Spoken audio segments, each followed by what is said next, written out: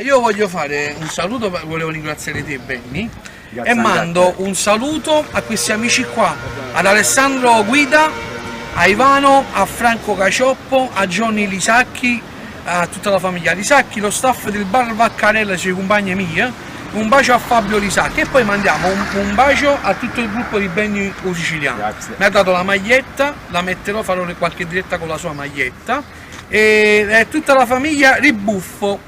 Un bacio forte forte, io ringrazio voi per l'ospitalità, siete delle persone uniche, ok? Grazie amico mio e ci vediamo presto in qualche altra diretta qua a Palermo.